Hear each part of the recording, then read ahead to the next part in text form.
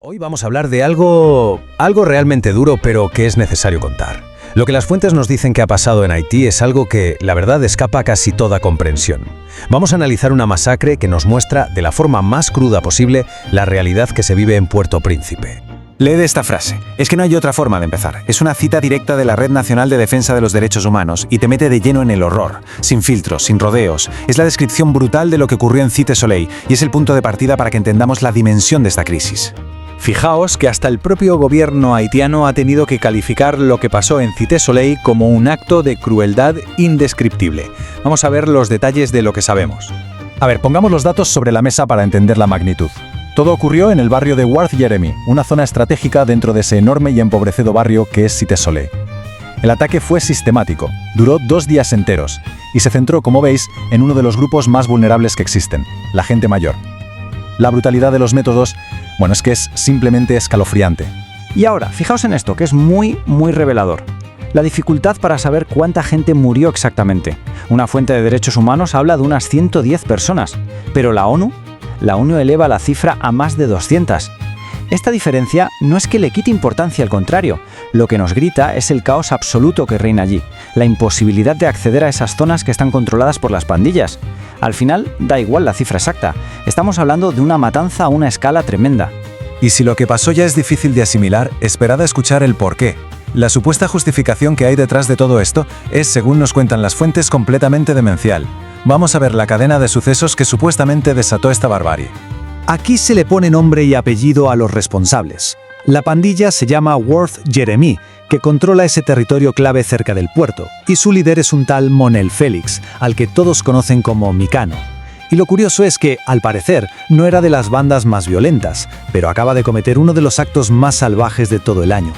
Y aquí viene la lógica detrás de todo esto, que es tan absurda como trágica. Paso 1, el hijo del líder de Micano se pone muy enfermo. Paso 2, en lugar de buscar una causa médica, se recurre a un sacerdote vudú. Y este sacerdote acusa a los ancianos del barrio de estar haciéndole brujería. Y paso 3, el niño muere. Y la justicia de Micano, su venganza, es ordenar la ejecución de más de 100 personas inocentes. Esto nos da una idea del poder absoluto y totalmente arbitrario que tienen estos tipos. Pero claro, esto no es un acto de locura aislado. Tenemos que entender que esta masacre, por terrible que sea, es solo un síntoma de una enfermedad mucho más grande que se ha apoderado por completo de la capital de Haití, el dominio total de las pandillas. Mirad este gráfico, porque la cifra es brutal. Un 85%, no estamos hablando de las afueras o de barrios marginales, no. El 85% de Puerto Príncipe, la capital de un país, está bajo el control de grupos criminales. Es, a efectos prácticos, la desaparición del Estado en casi todo su territorio. Y que nadie piense que son 4 bandas desorganizadas. Para nada. Se han unido en una especie de federación llamada Viv Ansam, que ha juntado a grupos que antes eran enemigos, haciéndolos aún más poderosos. Actúan como un estado paralelo. Cobran sus propios impuestos, controlan infraestructuras críticas como los puertos y, como acabamos de ver, imponen bloqueos para que la gente no pueda escapar ni se sepa lo que pasa. Las más de 5.000 muertes violentas este año son la consecuencia. Y claro, inevitablemente, todo esto nos lleva a la pregunta del millón. ¿Dónde está el Estado? ¿Dónde están la policía, las fuerzas de seguridad? Pues esa pregunta es, precisamente, el núcleo de todo este desastre.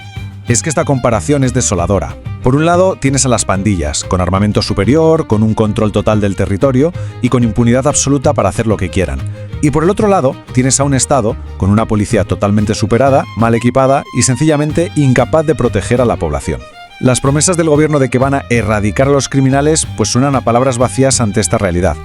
Y la ayuda internacional, que era la gran esperanza, tampoco está funcionando. Aquella famosa fuerza multinacional liderada por Kenia, que iba a llegar para poner orden, se ha tropezado desde el primer día. Le falta dinero, le falta gente, se ha quedado prácticamente paralizada, sin capacidad real para enfrentarse a unas pandillas que están tan asentadas. Como es lógico, una barbaridad así ha cruzado fronteras. El mundo entero ha reaccionado, ha condenado los hechos. Pero la pregunta es si las palabras pueden cambiar algo sobre el terreno. Y aquí lo vemos, un frente común de condena. La ONU, Amnistía Internacional, incluso gobiernos de la región como el de Perú, todos han expresado su horror y han exigido justicia. El clamor es unánime, pero choca de frente con la realidad de un país donde la justicia, en muchísimas zonas, es una palabra que ya no significa nada.